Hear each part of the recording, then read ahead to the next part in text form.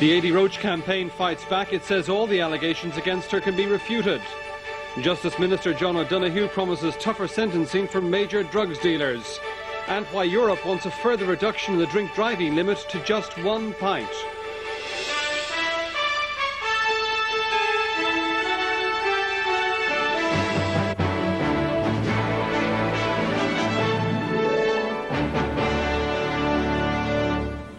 Hello and welcome to 6-1. Also on the programme this Monday evening, Poland's former communists are voted out of power as Solidarity makes a comeback.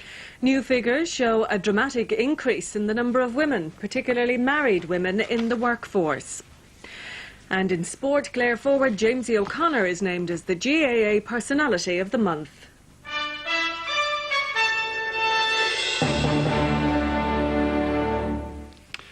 But first, the presidential candidate Adi Roche and her campaign team have spent the day trying to counter the allegations against her by former employees of the charities she heads. The chairman of the campaign committee, Rory Quinn, described her as an excellent candidate.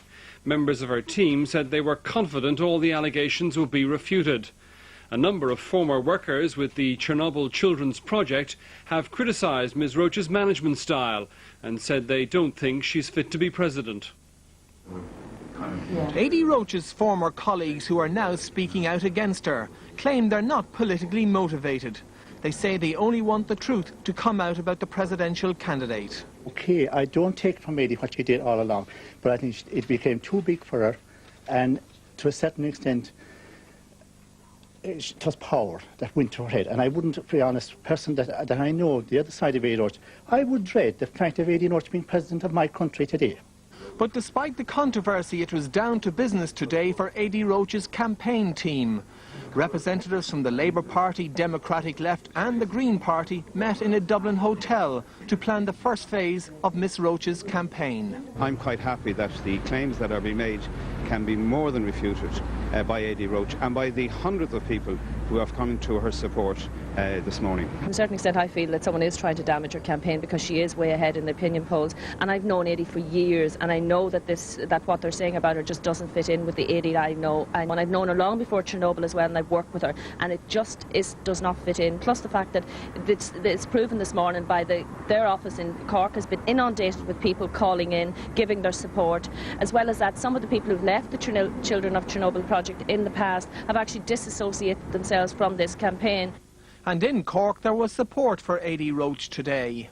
Terrible. I was thinking of voting for Mary McAleese, but I think I'd go for Adi Roche. I think it's a terrible thing to do.